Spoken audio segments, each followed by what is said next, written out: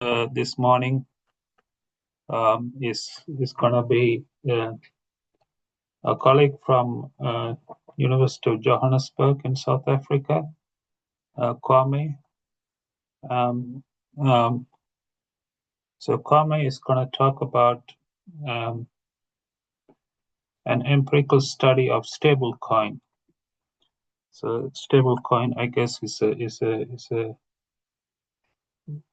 a cryptocurrency, and that's something I too am interested in. So Kwame, over to you. Thank you for presenting your talk. Okay, thanks, Prof. I don't know, are you able to see my screen? Yes, but can you make it a bit larger? I mean, the slide. Okay. Is it better? Can it be a bit more larger? No. Can it be? Okay. We can see it, but I mean, if it can be. Okay, You put it in the presentation mode, because maybe the presentation mode. So yeah, I put it in the presentation mode. But just a minute, let me just change the. Okay, that's fine.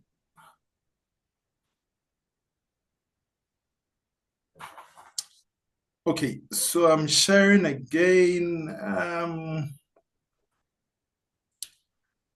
Okay, let's see if this works. Does this work, or it's still small? It's still small, but it's still small, eh? Okay. Yeah. Okay, then just one more thing. I think the problem is that you have your screen is divided into two. So we are seeing one side has Kwame and the other one has the presentation. So it's very you have a divided screen into two parts. So maybe make the slide one full. That's fine. Let me do this. Just a minute. Yes, I think you can maximize. See if you can maximize. The slide covers the whole screen. No problem. That's fine. Okay, so I would just let me just share again.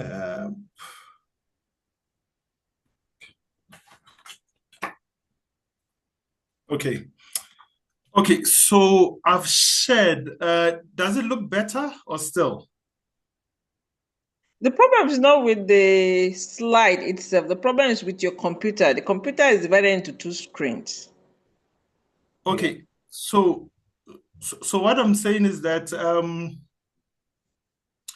I've shared it now. I'm just using one screen. But we're seeing. Are you still seeing two? Yeah. We're seeing two. Yeah. Okay, so it should update if you're seeing two, because I've pulled out the second screen. It's still not sharing all. Yeah, it's still showing two screens, but it's still showing two. Okay. The duplicate screen. Okay. One screen is just fixed, and it has Kwame on top. One screen is fixed, and you have not just fixed. Okay. Yeah. Okay. Let me just do this. Just give me some minutes. Let me just rejoin, then we'll start now. Just a minute, please. Okay. Yeah, sure. Okay. Well, you just got it now.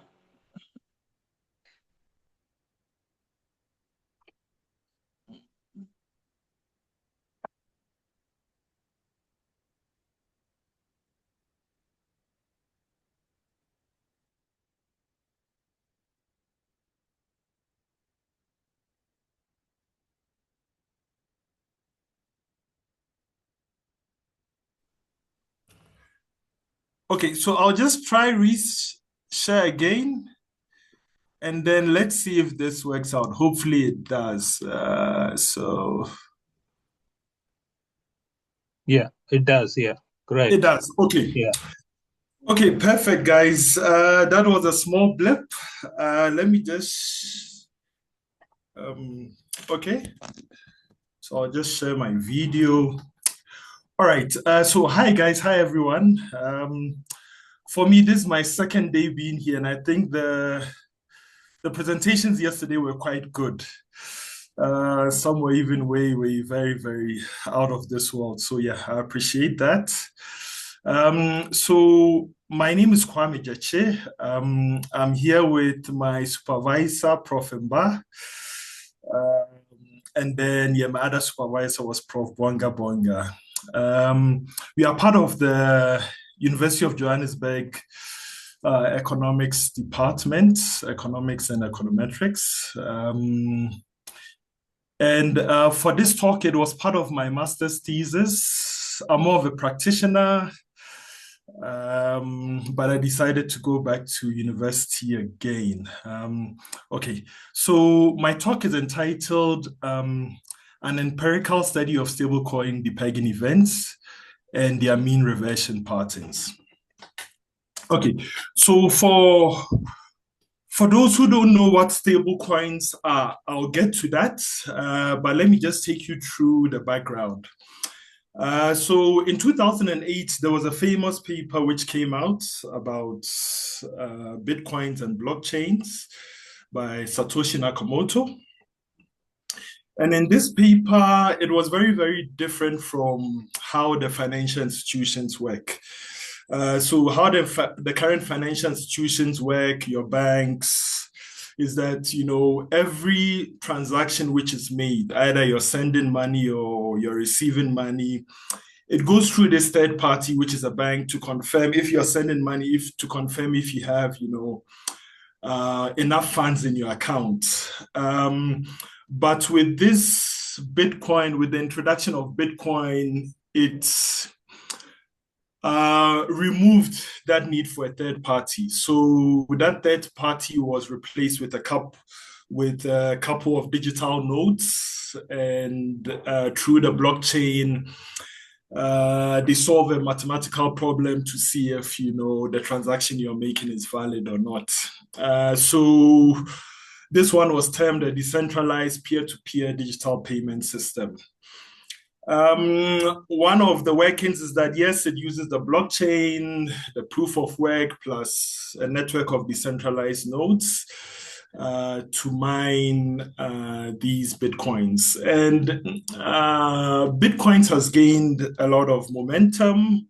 So in 2008, 2009, it moved from a couple of dollars to, in 2025, maybe $80,000 for the same Bitcoin. So yes, there's been a lot of growth. In 2014 too, you know, a coin like Ethereum was also introduced, which went a bit further than Bitcoins to go into things like your smart contracts and your decentralized applications. Okay, so although these coins have gained, you know, enough momentum and enough hype, there's a problem with these coins in terms of using them as a day-to-day payment system or traditional currency. In that, you know, there's too much volatility, so it's very highly volatile. And using this as a currency, yes, it becomes a bit difficult. So usually currencies are a bit more stable, and then the volatility around them is also very, very low. So in 2014, which is about 11 years ago, some smart people came up with an idea that, okay, why don't we introduce stable coins? So stable coins usually are pegged to a fiat currency. So majority of the dominant stable coins we have, which are your USDT and your USDC, are all pegged to the US dollar. So in Africa, interesting enough, you have seen a lot of uptake in stable coins in the sense that some of our local currencies, and I don't want to generalize it, but in some parts of Africa, yeah, there's a lot of volatility with the fiat currency. So people will rather buy, a stable coin. One stable coin is equivalent of $1. And rather, save in stable coins, and then, they can always convert back to the US dollar when the need arises, and also convert back to the local currency.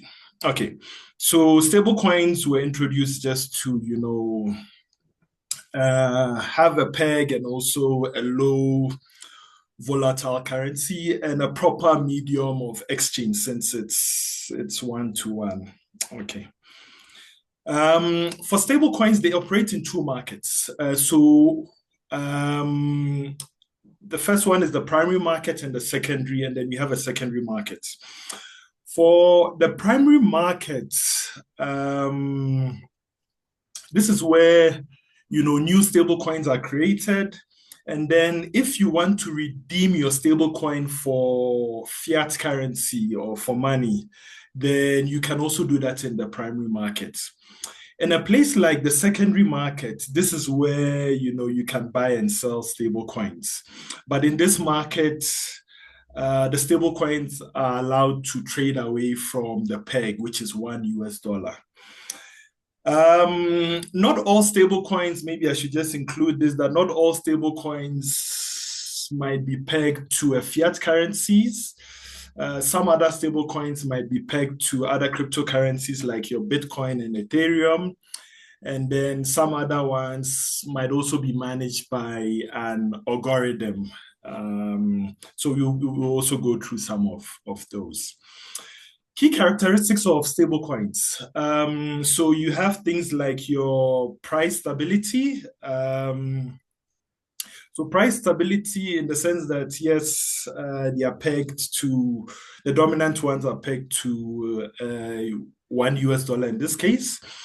Collateral mechanism. So especially for the big players, which is your Tether, your USDT, and your USDC. For every stable coin which is minted, it's backed by $1. So you have a collateral. So there's something back in, the currency. You also have things like your peg maintenance and your redemption. So if you want to move from the digital currency to actual cash, you can also redeem it. And then because of this, the management of the supply and demand and being pegged, it has very low volatility, although sometimes it can move away from its peg. And then you have things like better transparency. Some of the stable coins, some of the companies which manage them, for example, Circle, sometimes too, they'll release, the amount of money they have in reserves for the stable coins. So they will let people come and audit their books. And then, yes, I think the final one is that it's blockchain based in terms of the issuance of stable coins. Okay. All right. So in terms of the literature, the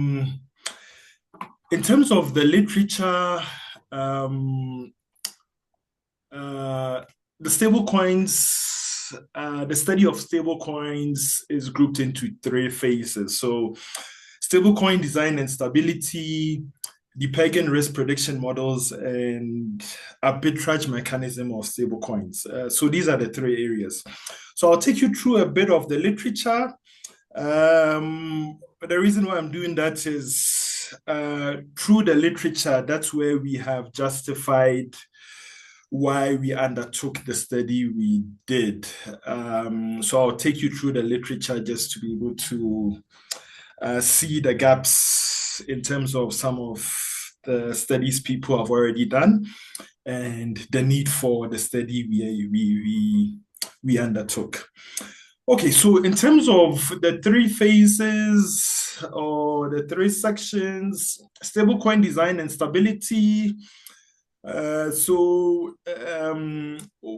Lyons et al., Diavenas et al., I think Lyons studied the theoretical framework to analyze the stability of different stable coins. So someone like Leon's, in this paper in particular, he proved that the migration of some of the stable coins from I think they used to be traded on the Omni platform to Ethereum has actually reduced the probability of the stable coins depegging, and even if when they depeg, traders are able to trade away that arbitrage to restabilize the coins in this case.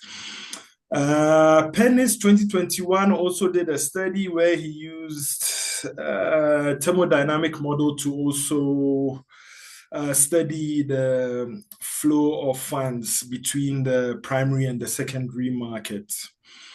Okay, but from all these studies, none of the researchers took into account how reserves backing the stable coins interact to keep, the prices stable. So that's one thing we also undertook, although yes, there were some limitations in terms of getting the size of the collateral for each stable coin. So we had to use a proxy in this case. One other issue was depegging prediction, the prediction models. Okay, so when we say depeg, that means that the stable coin has moved away from its peg. So the peg is usually set at a 1-to-1. So one stable coin is equivalent to $1. But in the secondary market, sometimes you might find that, these stable coins are actually trading above. If they trade above, we say they are trading at a premium. If they trade below the peg, we say they are trading at a discount. So in the secondary market, this is also allowed to happen. Some researchers have also studied this. Sintra and Holloway was one of the initial ones. So Sintra and Holloway used the Bayesian point detection model, and then they would see that, okay, in some of the metrics, like things like net swap flows, is there a change in it? If there's a change in some of the metrics which are predictive of depegging, then they know that if there's a change in net swap flows, then there's a likelihood of a depegging event in the stable coins. But the limitation of this study is that, yes, it didn't apply to small and volatile pools or stable coins, which are often the most vulnerable in this case. Jokas has also done some studies which use the DeFi integrated risk assessment framework. But from this framework here, it was a bit convoluted and a bit difficult to evaluate, the performance of this framework. And then you have researchers like Lee et al. And then Visharad, who use a machine learning approach to predict depegging events. Although, yes, both researchers took different approaches. So Visharad wanted to use, machine learning approach to predict that, yes, stable coins do not follow a random walk theory. And then Lee et al. Wanted to predict, depegging events 24 hours in advance. So some of this work has also been built on what Lee et al. Did. So one of Lee et al.'s contribution was that, yes, he introduced a dynamic depegging threshold instead of a static one. So what I mean by a static one is that maybe you would say that, okay, for a stable coin, for us to say that it has depegged, maybe it should be above 1.02, or it should be below 0.98, so 98 cents or $1.02, something like that. So that's fixed, that's static. But if it's a dynamic one, then we take into account the volume, the trading volume of the particular stable coin. Okay, so for in terms of depegging prediction models, all the models have treated depegging as a binary event. When I say binary, binary in the sense that it's either, there's no depegging, so the peg has been maintained, or there has been a depeg.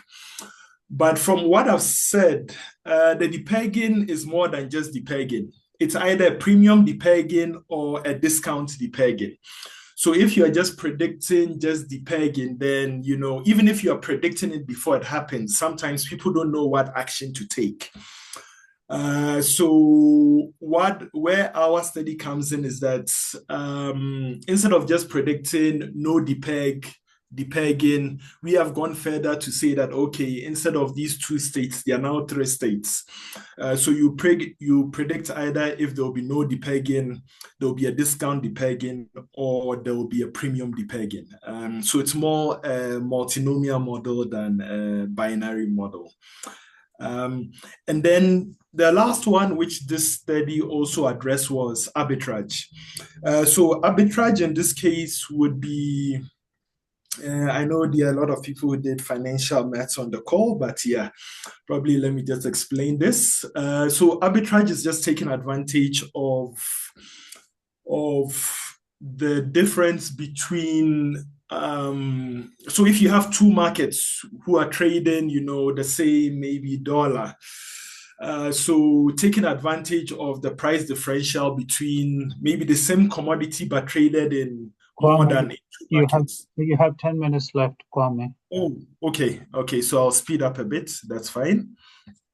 Okay, so I'll speed up. Are you sure it's 10 minutes, Prof? I think we started this thing late, but yeah. Yeah, no. Well, okay. Yeah. I'll do my best. Yeah, thank you. Okay, so maybe I'll go a bit quicker. Okay, so we also went into the arbitrage mechanism. So in this case here, I think most of you know arbitrage. So it's a risk-free profit, but taking advantage between the price differential between two markets. So yeah, people have also studied that, but I think the significant weakness is that they have only focused on USDT, which is Theta, which is the dominant stable coin, but they have not considered how arbitrage works in other stable coins. Okay. So I've already explained the problem, so I'll just go into the succinct ones. Firstly, this study sought to develop a 24-hour forward-looking ML model that can accurately predict the depegging risk for stablecoins based on multinomial depegging events. It also sought to explain the drivers of both discount and premium depegging events. And then finally, when there's a temporary depegging event, when it occurs, how long it takes to restore the peg. So these were the three things we wanted to do. And then these are the research questions. So I think I won't go through this. I think the objectives covers that. Okay, in terms of the research design and methodology, so we used your open, high, low, closing, volume, high frequency data. So this was daily data. The source was CoinMarketCap. This is publicly available. And then the time frame was from January 2022 to December 2024. So there's 3 years worth of data. The number of observation was 1096. And then the coins chosen was USDT, USDC, and then Frax and TUSD. So these were some of the coins chosen. Okay, sorry. I'm sorry. Okay. So in terms of the prediction, of the pegging, this was the process followed. So we sourced the data.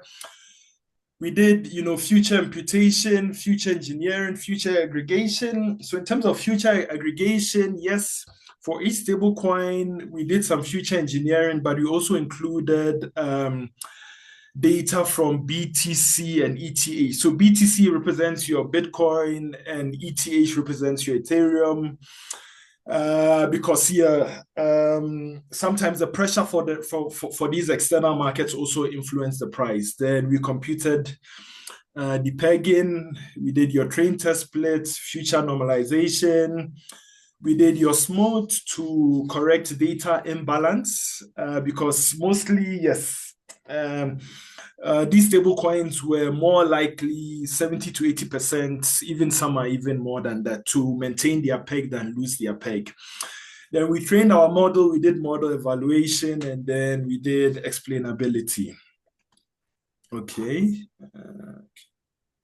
Okay, so these are some of the futures we use. So your trading price and volume, your market information, and then your volatility indicators. So we computed all these ones as futures. And one thing I should include is that, yes, so we also lagged the data by 1 day. So we lagged it in the sense that, okay, we lagged it by 1 day in the sense that you can have 1 day to know what is going to happen the next day. So you have 24 hours in advance to know what is going to happen the next day. And then this was also how we calculated the target variable, which is the pegging. So if we predict a 0, then that means that, yeah, there's no depegging. 1, that means that there's a discount depegging. If we say 2, then that means that there's a premium depegging. Okay, and then in terms of how long, if a stable coin loses its peg, how long it takes to correct, we use the nonlinear autoregressive distributed lag model. And the reason why we use it is that, yes, the stable coins exhibit mean reverting behavior. And then secondly, the nonlinear RDL takes into account asymmetry. Asymmetry in the sense that a premium depegging might be faster than a discount depegging. So that's why we use this. And these are some of the equations of the nonlinear RDL. So now, usually for the ECM equations, it's just, the coefficient will just be 1, but now we have split the coefficients or the equations into 2, just depending on if it's premium or discount depegging. And then you also have things like your other variables just to, explain the price in this case. So yes. And then these are some so these are some of the results. So for these 4 stable coins, you'll see that, 3 of them are negatively skewed, and then 1 is positively skewed. The one which is positively skewed is USDT. And you see if it's positively skewed, then you would have more premium depegging events than discounts. And then if it's negatively skewed, you would have more discount depegs. So this is the data we used in a nutshell. This is just a description of the data. So you would see that the big stable coins, or the predominant ones, are USDT and USDC. You see that they are very much stable, although USDC had a big drop in, I think, 2023 between March and April. And then you see that, there was a concurrent, increase in USDT. It also lost its peg. But you would also see that for the other currencies, you would see that something like True USD, you see that when it loses its peg, it takes a very long time to come back to the peg. And then for Frax, this one is algorithmic. So yes, it also, when it comes back to its peg, you'll see that sometimes it overshoots, and then so yes, this is a nutshell of the period we considered and how these stable coins behave in this case. In terms of our prediction, you'll see that for USDT, it performed quite well in terms of the predictions, and this is just a confusion metric. So the diagonal means that, yes, You predicted zero and it was actual zero. And then the off diagonals mean that, yes, these were the errors involved. We also calculated your precision, recall, and all those and AUC. So for some of the coins, yes, it did well. For some of the coins, they didn't have too many depegging events. So in some instances, it was also a bit difficult to predict. For in terms of explainability, so these are your variable importance. For both USDT and USDC, you would see that in the top five, they include BTC. So apart from its, realized volatility percentage change, it was also influenced by, the volatility in the Bitcoin market, actually. So for both of them, yes. For the smaller coins, True USD and Frost, this was a bit different. So this one, they were more influenced by their own futures rather than, things like Bitcoin and external futures. In terms of your when the stablecoin loses its peg, how long it takes to return to its peg. One thing we saw was that in terms of the algorithmic stable coins, this was very quick because in the algorithmic stable coins, they are using algorithms to adjust demand and supply. For USDT and USDC and USDT, this one, it needed traders. So although, yes, it was fast, 0.8, which is about 80% corrected in the market for premium, and 0.67, 67%, yeah, that was also quick. But the one which was very sluggish is the TUSD, which was 9% and 3% daily. Okay, so I think all this, I've already gone through this. And then, okay, so implications for investors. Or traders and also policymakers. So, Prof, I'm nearly done. Just give me about maybe 3 minutes more. I'll just wrap up. Implications for investors and policymakers is that, yes, this work builds on the work which has been done. And then it helps, traders in particular as investors to manage risk. And it shows them what action to take. Of course, if you know that it's going to go to a premium, you can just hold on to your stable coin and sell it when it's high.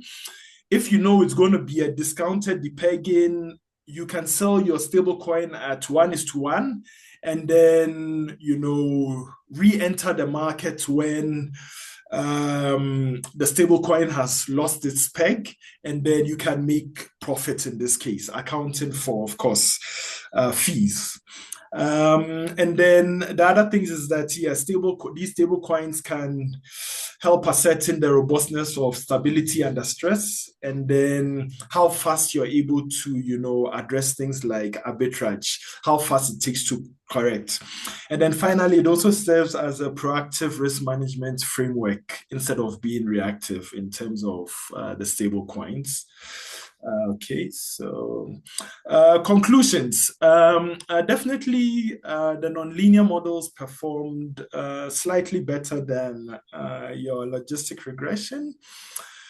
The drivers of depegging for USD and USDT are influenced by its own volatility, changes in supply, and external shocks from the crypto market. Whilst for Frax and TUSD, it was influenced by its own idiosyncratic futures. And then, yes, in terms of, I think we have already seen this. So USDC, USDT, Frax, the arbitrage system worked faster compared to something like a TUSD, which was very sluggish. And then in terms of the limitations, so this is the last slide, is that in terms of the machine learning approach, I think in future, yes, it will be better to split the training and testing data based on time instead of splitting it randomly to minimize the effect of potential data leak. And in terms of the speed of adjustments, I think it will be relevant to also consider more than 4 stable coins and check if how the backing reserves support some of these stable coins. So yes, I think that's it from me. Thanks very much for this opportunity. Thank you. Thank you, guys. Thank you, Kwame, for an entertaining talk. Yeah, I myself work on cryptocurrencies, so it's something I learned quite a bit from your talk. Thank you, Kwame. Thank you. Any questions for Kwame?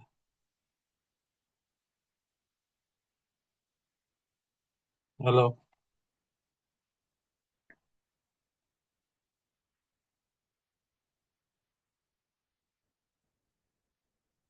Yeah, Louis. Louis is asking who creates stable coins. Who creates stable coins, and what are the differences between the USD and stable? What are the differences between the different USD stable coins? Okay, that's fine. Thanks for the question, Louis. I think I would go to the bigger ones. So the bigger ones in the market now are USDT and USDC. So USDC is produced by Circle, and then USDT is also produced by Theta. But all these are private companies, actually. So now there have been a lot of regulations passed in terms of how they can operate. But yes, all these are private companies. In terms of the differences between the stable coins, the ones pegged to USD and the ones pegged to maybe, let's say, cryptocurrencies, is that from the analysis we have done, and my professor has also worked on some of these things, Prof. Mba, for quite a long time. But the ones backed by the USD are the predominant ones. And interestingly enough, from the graph I've shown, they are more stable. Because of course people know that there's something literally backing it. For the other stable coins, like we have another one called DAI, which is DAI. It's called DAI. For that one, it's backed by other cryptocurrencies. So it'll be backed by Bitcoin. It's also backed by Ethereum. But these stable coins, although yes, they are stable, but relative to the ones backed by fiat currencies, they are less stable. So they are more likely to lose their peg. And then finally, you also have, stable coins which are backed by algorithms. So they use algorithms they use some sophisticated math to adjust the demand and supply. So something like your Terra, so you can Google Terra USD. So Terra USD collapsed, when was this? I think somewhere in the early, 2022. And this was an algorithmic stable coin, and there was nothing actually backing such a stable coin. So yes, just depending on what is backing the stable coin, it can give you a sense of how stable the stable coin is. Sorry for lack of a better word. So I hope that answers your question. Yeah. Thank you. Thank you, Kwame. Any more questions for Kwame?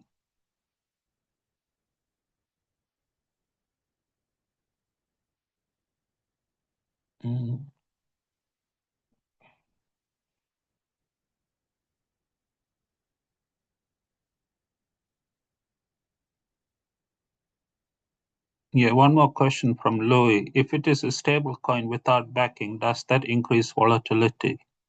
I would say yes. Yeah. So we have actually seen this with, especially a lot of the coins which crashed. So a lot of the coins which crashed, example is Terra USD. So Terra USD was an algorithmic stablecoin, and I also let Prof. Mba come in here. But it was an algorithmic stablecoin which crashed in 2022 and never recovered to its peg. And I think the reason why it crashed is that when it lost its peg, I think, yeah, traders were waiting for it to recover. But when it kept on going down and down, so moving away from 1 USD to maybe 0.9, 0.8, then people got a bit, how should I say, a bit frightened or a bit nervous. So now, because they know that there's nothing backing the coin, they started withdrawing their funds. So yes, but if it had a backing, then people knew that, okay, even if it goes down, there's a reserve where people can get back their money. So it's less likely to lose its peg that rapidly. So definitely the backing also helps in this case. Yeah. Yeah. So if it doesn't have any backing, yes, then the volatility is very high. Yeah. Yeah, sometimes. Yeah. Thank you. Prof. Mba, I don't know if you want to include anything, Prof. Thank you, Kwame, for the nice presentation. Yeah, I think you have clarified quite a number of information around the stable coin. And I think what maybe was not mentioned was also that we have stable coin that are also pegged to commodity like gold and like silver and so on. And those stable coin are going to really mimic the movement of the prices of those commodity. That means if the commodity become volatile, that is also exactly the same way that the stable coin pegged to that cryptocurrency, that the stable coin is going to also be volatile. That means pegging is just that is mimic the dynamics, right? Yeah, of the one that it is pegged to. Yeah. Thank you, Thank Julius. you. Thank you, everybody. So let's move to the next one. I'm not sure if the person is around. Is Adika? Adika? Are you here? I don't think he's around, but because he sent me his apologies. So the Patrick, are you ready to give the next talk, Patrick? Patrick? Yes, Professor. Hi. Yeah. Okay. So I think if you can present the next talk, that will be much appreciated because Edika is not around. So Patrick is from Madagascar. I've been collaborating with him for a number of years now, and he's a very talented researcher from one of the less known countries. Because not a lot of people talk about Madagascar as it comes to so I think Patrick is a group of very talented researchers from Madagascar. He's going to talk about statistical learning techniques for cryptocurrency modeling. Thank you, Patrick, for your presentation. Thank you, Professor. So, are you hearing me or? Yes, we can hear you. Yes, we can. Yes. So I'm going to share my slides. Yes, sure. Please do. Yeah.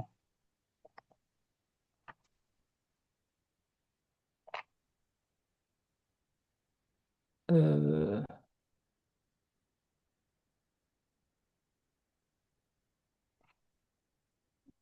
so it's okay. Yes, we can see it. I can, I can, That's fine. I Yeah. can start. Yes, you can.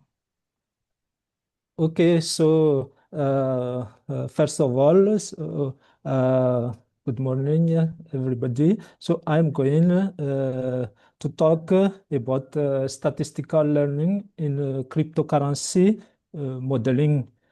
So, before entering in my talk, it's a great opportunity for me to participate in this workshop and to engage also on the discussion on promoting the use the research in statistics in Africa. So, thank you so much, Professor, for organizing this workshop. Thanks also for your co-workers on that. So, through the presentation, all presentation yesterday and today, I have discovered that I have discovered the richness of sharing and exchanging on research. So I hope that this will continue more than one times in a year.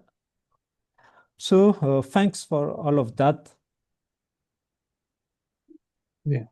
So as I said about my topic today, so it's an interesting topic because it combines two emerging subjects. So the statistical learning, it is an important thing in AI and the cryptocurrency.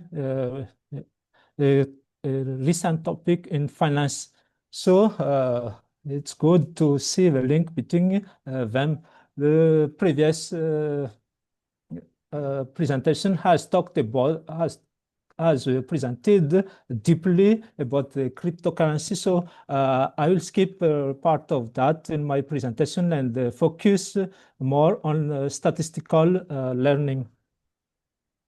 So after this talk, I hope that we can understand something about the interest on statistical learning applied to finance, particularly in cryptocurrency modeling. So throughout to guide us throughout this presentation, so I will start from introducing topics and background concepts and topics on our talk. And next I will move to methodology and end up to the empirical analysis. So as we know from the beginning, so it's very common in finance that we look for generating returns.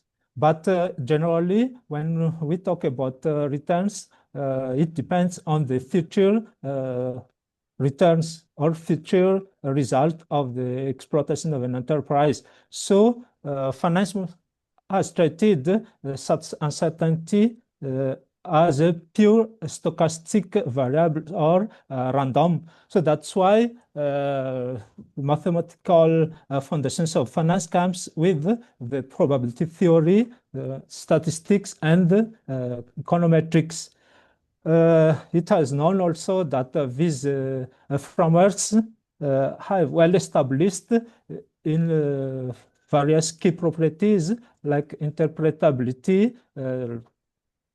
It's easy to interpret, and it also links to the statistical inference, which captures the future or the large sample properties of the subject in question. And last, the economic interpretation is a good property also of these mathematical methods. But in decades, around 2 decades, the growth of the big data has been put this well-founded theory in mathematics in questions. as we see that statistical methods link directly in estimation and hypothesis testing. So it becomes difficult to generate an estimation from the classical statistical methods, and also to use hypothesis testing on that point. So to look at alternative methods is or to complement this problem. So we come to the statistical learning techniques. So to expand a bit our motivation and backgrounds on that point, so we provide in this table some foundations of finance through statistical studies. So for various classes of assets, so we see that statistics have been used in the beginning of that point. So let's say for asset pricing, we have regression analysis, time series, econometrics. For option pricing, it used frequently the Monte Carlo simulation, also the calibration. So as well as we have such a success of the statistical methods in finance. So it would be done from many decades. It has dominated the finance sector on modeling during many decades. But the problem is that starting from 2 decades, the availability of large data sets and noisy, as well as the problem with the econometric models related to inference, and also some assumptions on the model used, like the parametric one. So these limits emphasize the need to explore another methods, or to find a new way to handle that features. So what we see is here, so let's talk a bit on the alternative approach here, starting from the beginning.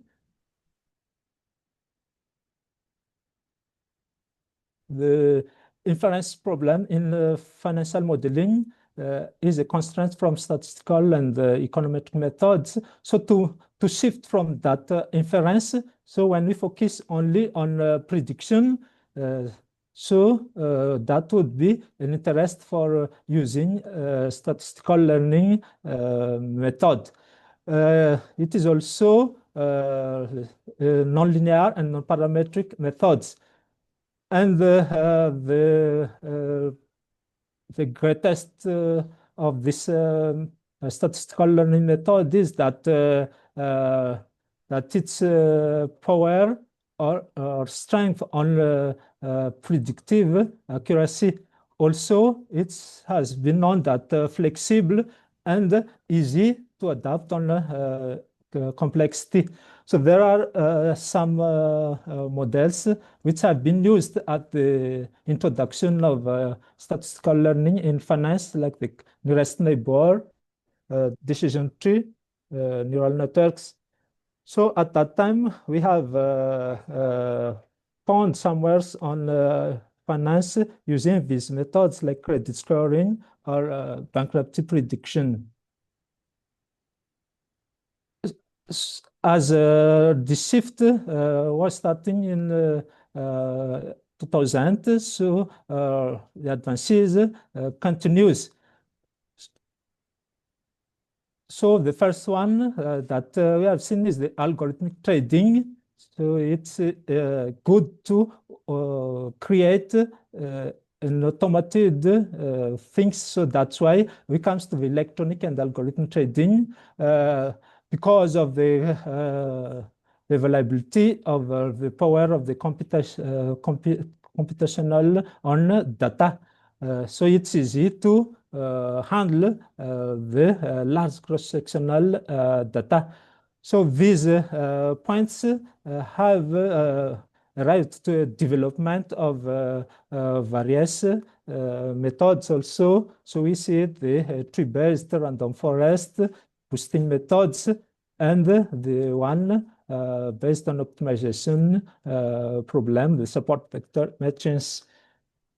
So moving ahead on that exploration or exploitation of the statistical learning, so we comes to the big data availability and the high dimensional learning.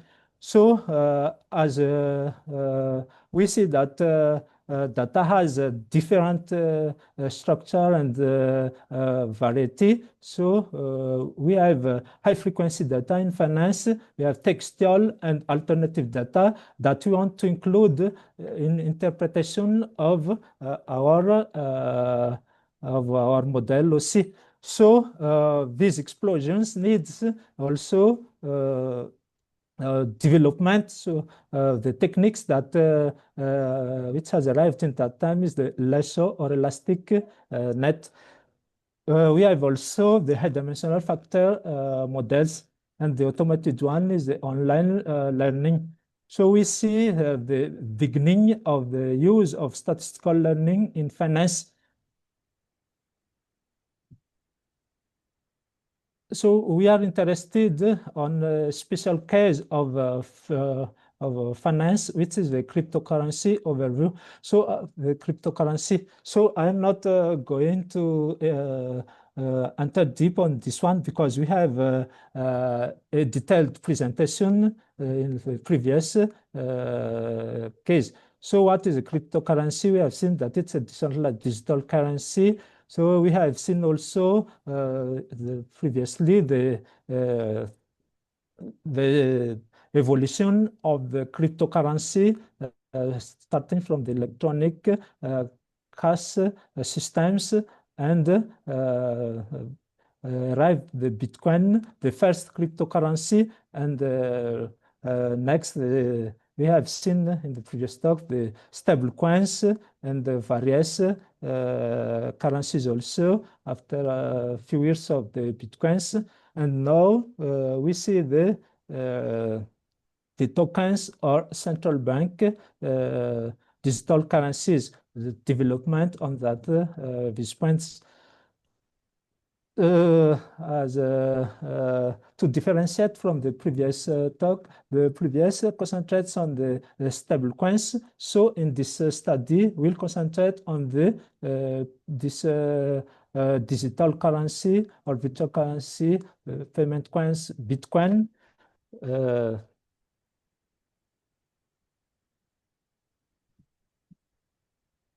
So before entering on our purpose on this study, as I have said before, that we are interested on the Bitcoin special currency as it's too volatile, and that was also the first cryptocurrency. So some literatures about that cryptocurrency. So there are various modeling in the literatures. So it was started on the modeling of the price and return, and followed by the volatility modeling, where various stylized facts have been tried to specified or modelized in that points. And we come to the modeling of the return directions. So it was few years in that times. So that's why we are interested on that one. So the aims of our study is to predict the Bitcoin return direction, of course, using the statistical learning classification techniques, and the prediction is based on the predictors from macroeconomic and financial variables, and also on attention and internal variable of Bitcoins. So that is our objective in this talk. So for the methodology, so we start from stating the data and the variables or the modeling techniques. So what we do is that we consider the Bitcoin return, and we transform it in binary variables. So we have here two classes, the up and down. So we have considered just only that two direction of the Bitcoin return. So to predict such directions, our prediction is based on the predictors like the trading volume, also the Google Trends, which is a proxy of the investor interest on the markets, and the other predictors are the macroeconomic variables, which is the oil prices, and the other financial variables, the S&P 500 and the USD Euro exchange rates. So we have considered these variables as predictors of Bitcoins because in previous studies they have found these variables as driving the return Bitcoin, not the direction, but the Bitcoin return. So we use also these variables for Bitcoin return direction. So for the methods that we use to model such binary variables, so we use classical statistical methods, logistic regression, and discriminant analysis, the linear and quadratic. We use also statistical learning based on the supervised classification algorithms, which are the artificial neural networks and the extreme gradient boosting.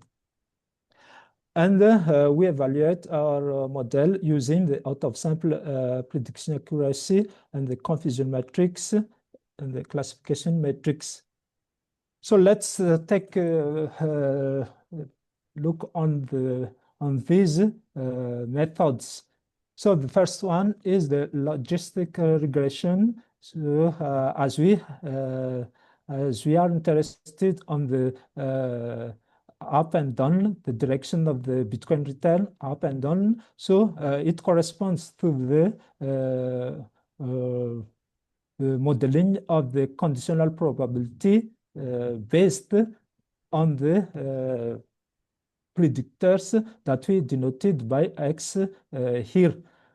So we have this representation of the probability that the direction goes up given the predictors X, and parameters will be estimated using the maximum likelihood. And we have also considered the control of the fitting problems. So we use regularization on the transport log likelihood with the combination of the L1 and L2 norms. So a special case of that regularization is the lasso model, lasso techniques. When we take alpha equal 1 and the reads when we take alpha equal 0. So, so that is the logistic regression. For the discriminant analysis, so it is based on the Bayes rule classifier. So that means that the conditional probability has been decomposed in function of the a priori probability and the probability of class of its class. So after such decomposition, so we have the expression of the conditional probability for a given class K. A classical case is that when we assume that our a priori probability followed standard normal law, then we can derive two kinds of discriminant analysis here. So for cover, when we suppose that all covariances are the same, so in that case we have the LDA, and in other case we have the QDA. So we will use these two special cases of the discriminant analysis. So the next is the supervised learning algorithms. So we consider here the artificial neural networks, which is based on the feed-forward ANN. At that time, we have also used a one hidden layer. So we have here the characteristics of that neural networks. So we have the hidden units and the output from that hidden units. And then we use the softmax for the output probabilities. And for the activation function Z, we use logistic and tangent hyperbolic. So for the training, we'll use cross entropy loss. So for the last one, the ensemble learning tree-based model, which is the gradient boosting. So we see that the conditional probability can be approximated by the sum of trees. So it's a combination of m trees. So that is the idea behind the boosting and the extreme gradient here is used for the correction of the gradient in the estimation of the boosting. So we have the objective functions that we need to optimize to find the various trees. And in this objective loss functions, we consider also regularized penalties. So we use penalties that the second term here is the penalty which controls the overfitting problems. So that integrates various parameters inside the trees, and also there are hyperparameters also.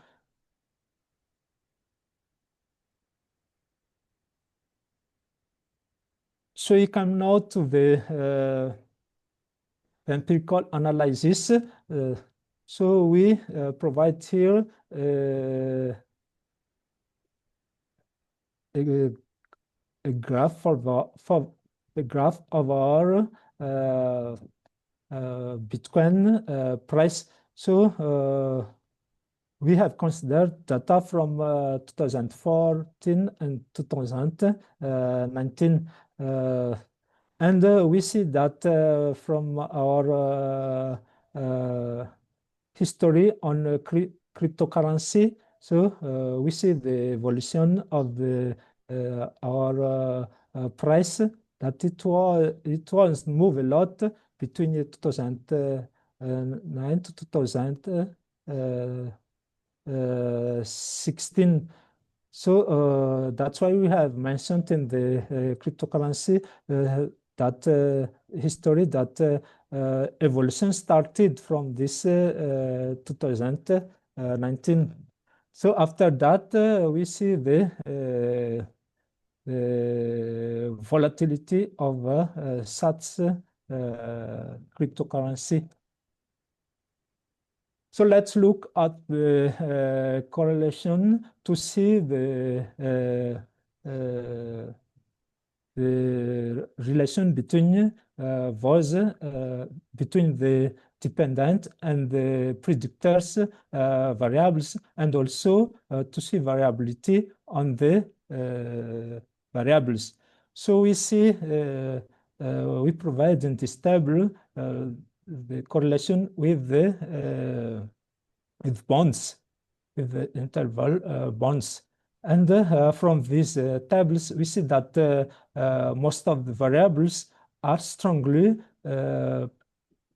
positive correlation with the Bitcoin, and except for the G trend, but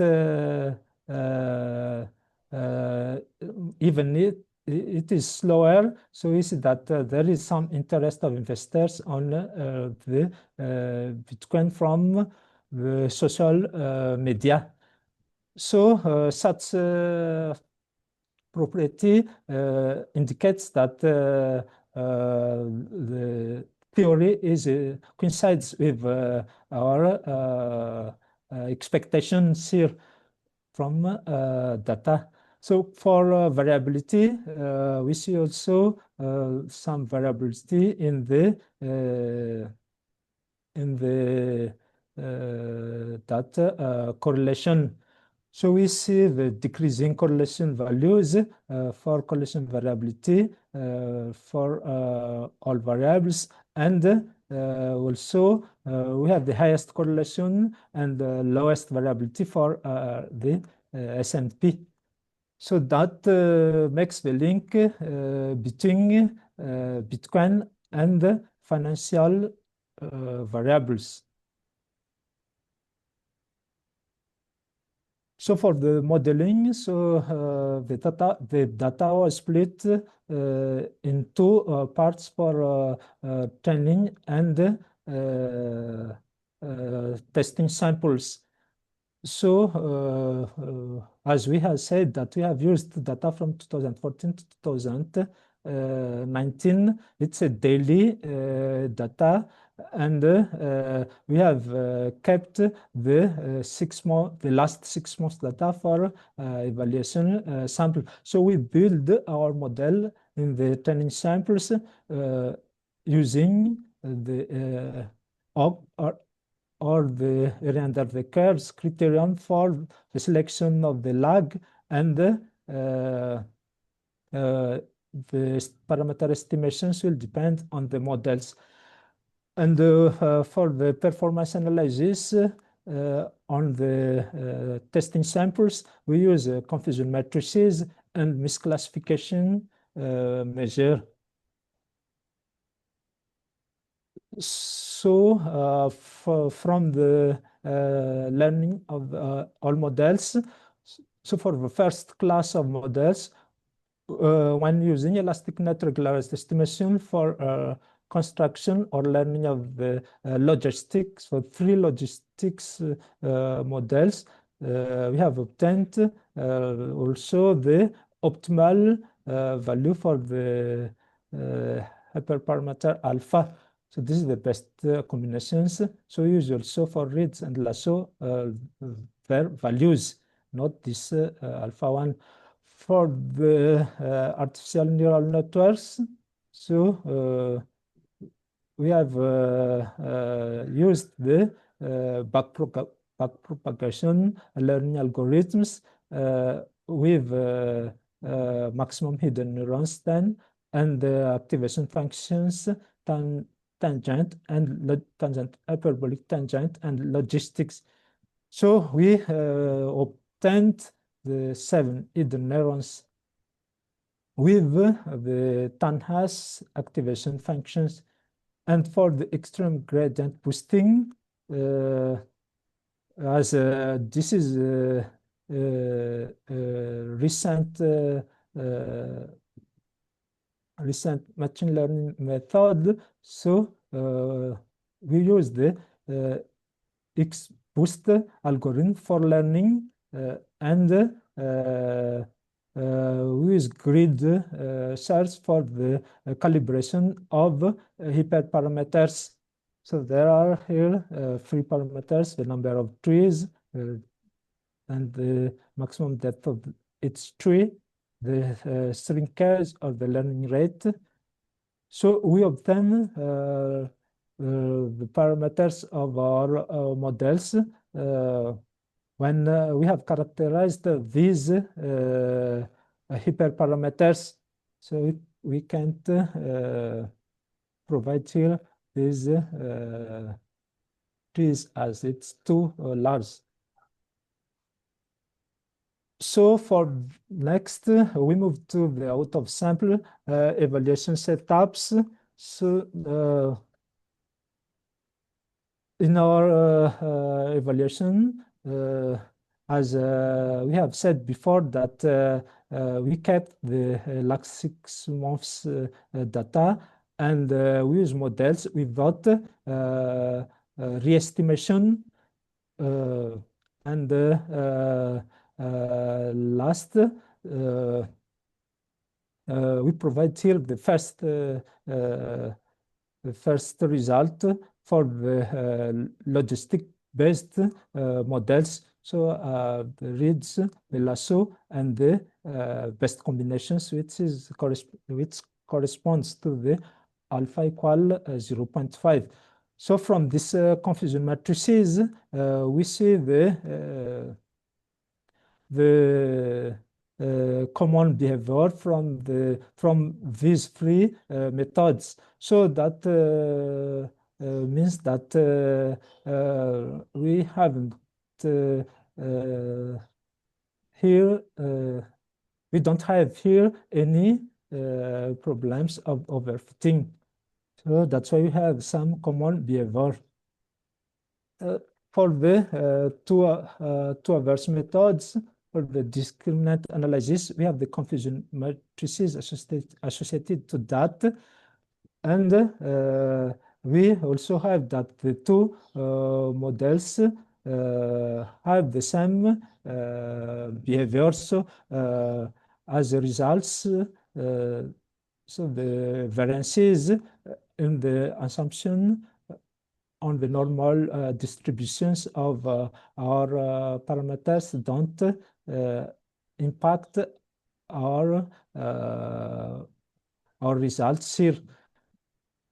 And for the last one, we have here the corresponding confusion matrices for the supervised algorithms, the neural networks, and the extreme gradient boosting. So what we remark that from that we have different structures from both methods, and also we see that there are no similarity from the 2 previous methods.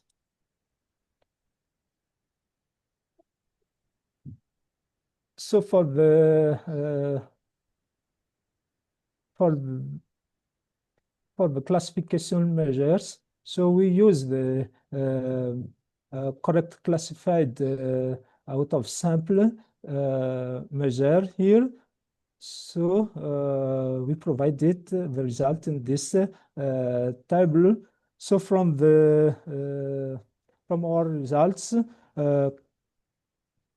classical methods, including logistics, LDA, and KDA, achieve approximately 50 to 52%. So predicting the Bitcoin return directions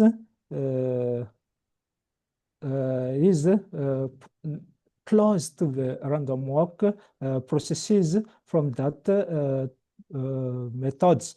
But for the neural networks, there is an improvement of accuracy. So we see that it's around 56%. And we achieve the highest accuracy with the extreme gradient boosting. So we see it in this value. So what we can say is from such out of sample analysis that the machine learning approach outperformed classical methods, and that highlighting the advantage of flexible predictive approaches in financial applications. So here, as we have said from the beginning, that we shift from inference to prediction focus. So that's why we focus on out of sample prediction accuracy. And that would strengthen the use of statistical machine learning, as we know that it's not easy to interpret results from machine learning or to link it directly in the features of various variables. But when we are based on the out of sample method, so we can see that using machine learning based algorithms are better than classical statistical methods. So to conclude our study, so we have make three main contributions. So the first one is on extension of the Bitcoin return direction by integrating or using macroeconomic and financial variables, as well as the attention and the social media variables. So we have also obtained a comparative assessment. We have also done a comparative assessment of econometric and statistical learning techniques, and found the superiority of the machine learning or statistical learning approaches, which is a great development for the future. So for future works, so we can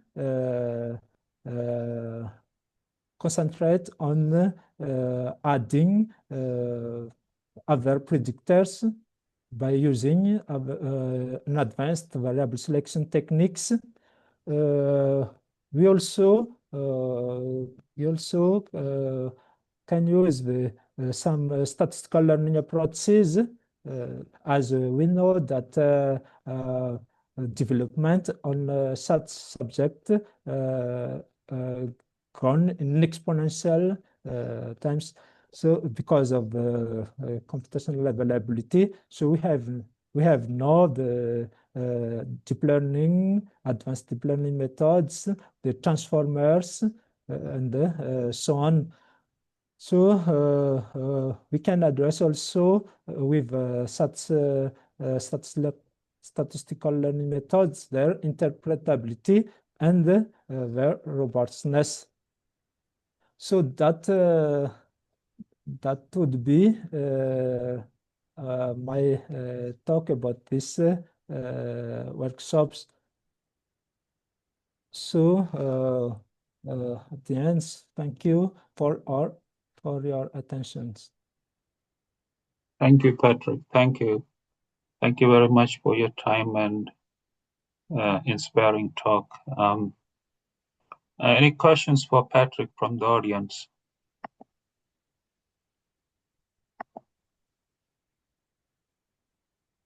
Hello, guys.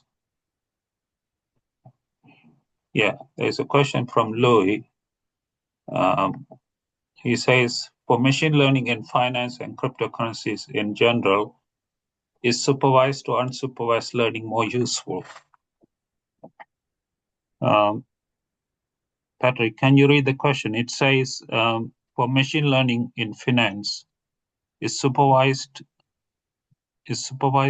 or unsupervised learning more useful? Why machine learning is useful for crypto finance? Hmm?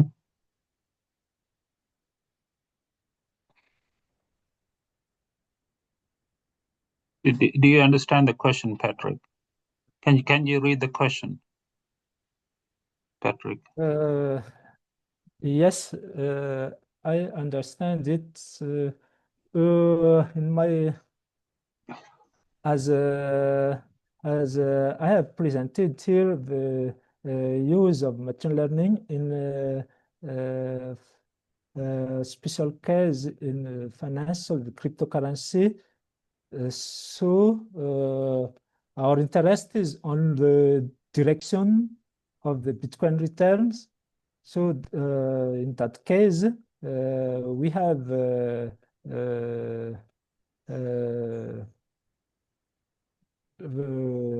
variables for the values for dependent variables, and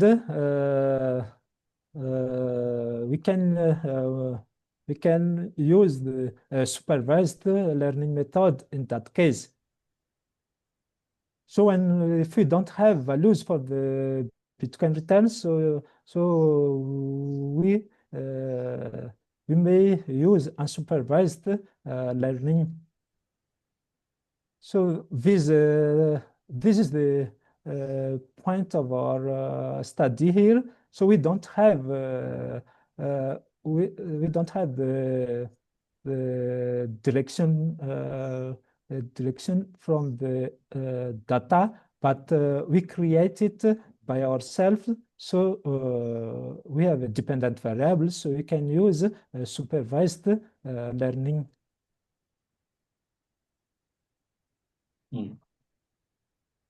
Louis, are you happy with that answer, Louis?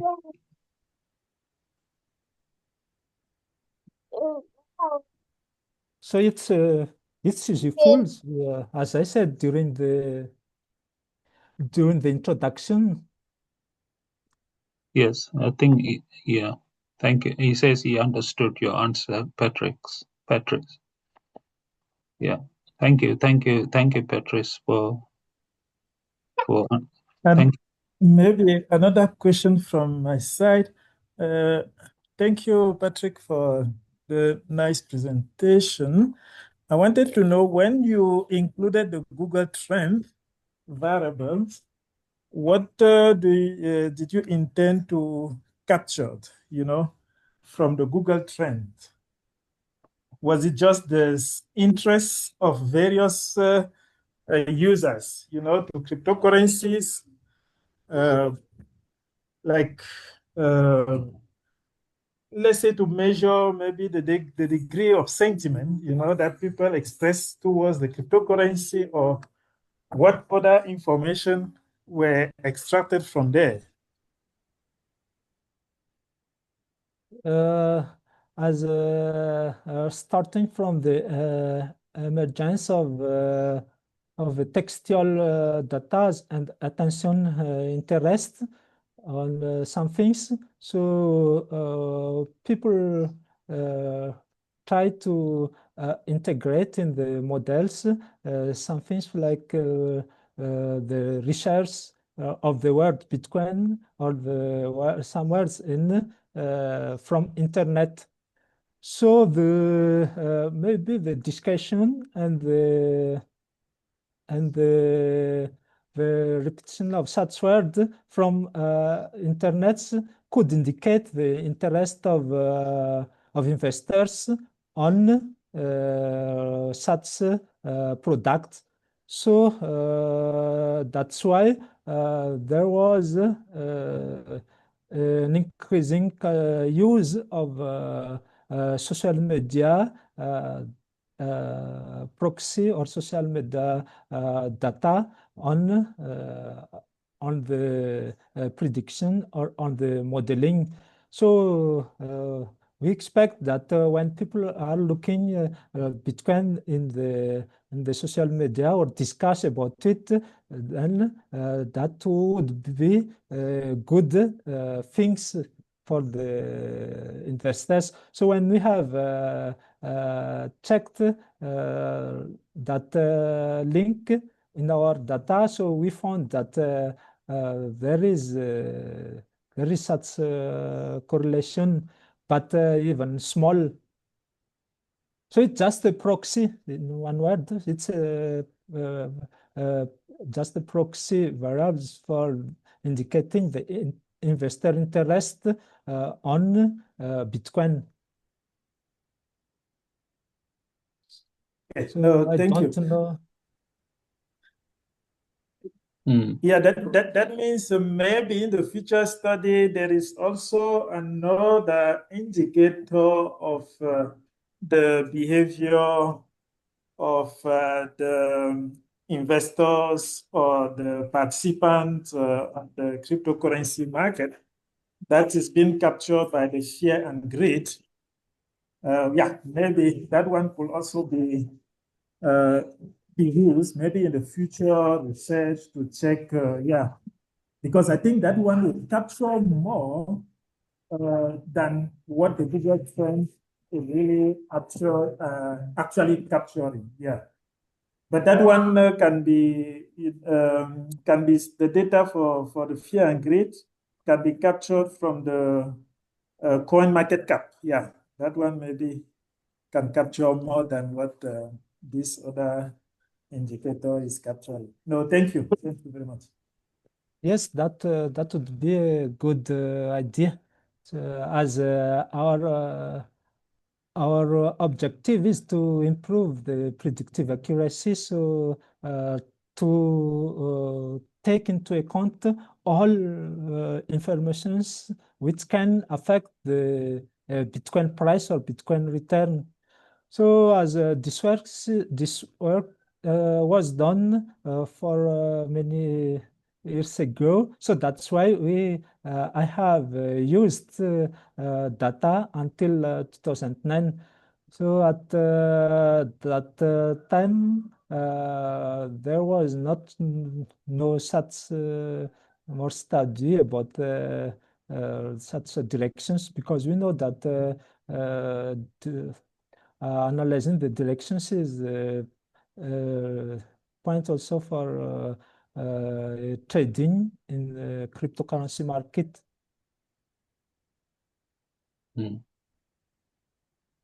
Patrick, do you have a question? Patrick? A question? No, not Patrick. I mean, I said Kwamo. Kwamo, do you have a question? No. Oh, yeah. So I see that the best performing model, anyway, I also saw this in some of the literature that it's quite difficult to predict the direction of especially for Bitcoin. But I was wondering that, okay, so you're using this model and it's sitting at 59%. It's correct 59% of the time. So I was asking, what can further be done to improve the model accuracy so that, yeah, probably it's more usable in future? But anyway, nice talk, by the way. Yeah, please go ahead. Yeah, that's right. So when we talk about evaluation performance, the great things here is that we didn't use we didn't re-estimate our model, but we have estimated our models in once a time. So after that, we computed the errors, and we have these performances for all methods, and it seems to to low. As I said, it was in 2020 uh, this work. So maybe right now there are a lot of improvement or of the research on such directions. But the point is that when from the training sets, so we have great an interesting quality of the models compared to the evaluation points. Thank you, Patrice, for a very good talk. Thank you. Let's move on. I think the Thank final. you, Professor. Thank you. The final speaker, I'm not sure if he's here, is Ndimba. He was here earlier, but the thing it seems he has disappeared. Is there someone called Ndimba here? I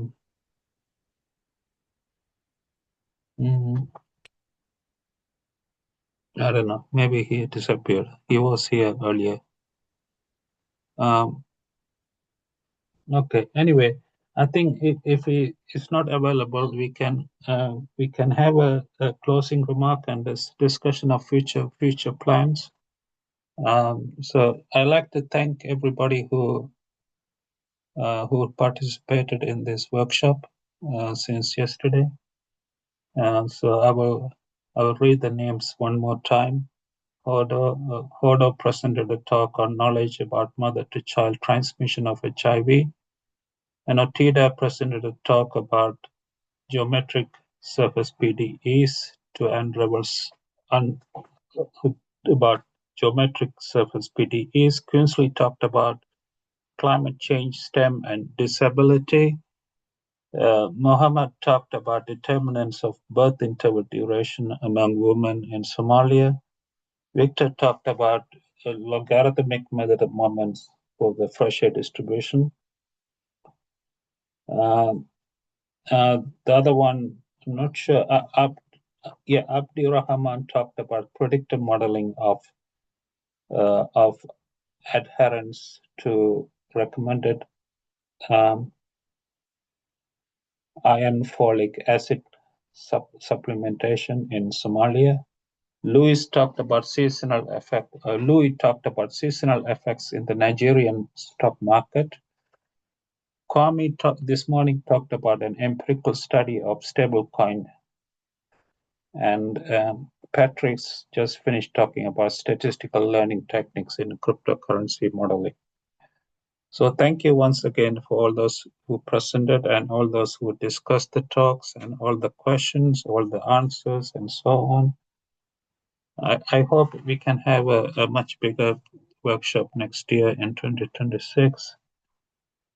As I said in the beginning of the workshop yesterday, I think we need to increase our collaborations across Africa.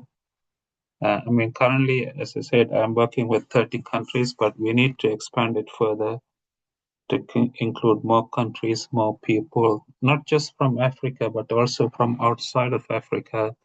We need to include people who are genuinely interested in helping communities, individuals in the continent, whether it's from Europe or whether it's from Asia, whether it's from America or South America or anywhere, people who have genuine interest to wanting to help Africa.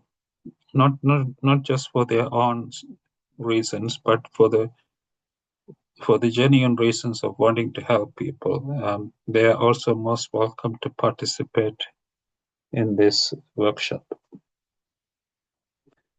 Right, Queensley, do you like to add something, Queensley? You're here, right? Yes, I'm here. Would you like to say a few more words before we close or something? I just want to say thank you to those who participated, and that the video we put on YouTube, is that Sarah's? Yes. So it will reach a wider audience. Yeah. And I believe what Sarah said is critical to not just to have to know ourselves and actually collaborate in writing quality research papers, as well as getting grants also.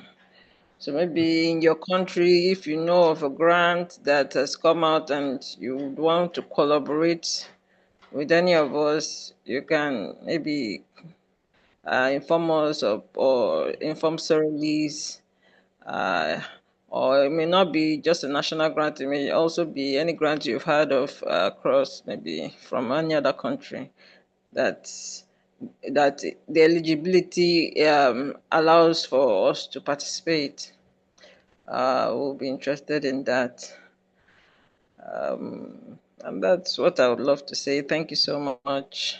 Hopefully, we work more as a group to bring this conference to more people's knowledge and understanding, and helping more people to participate in the project and the project work. Yeah. Thank you so much. Okay. Thank you, everybody,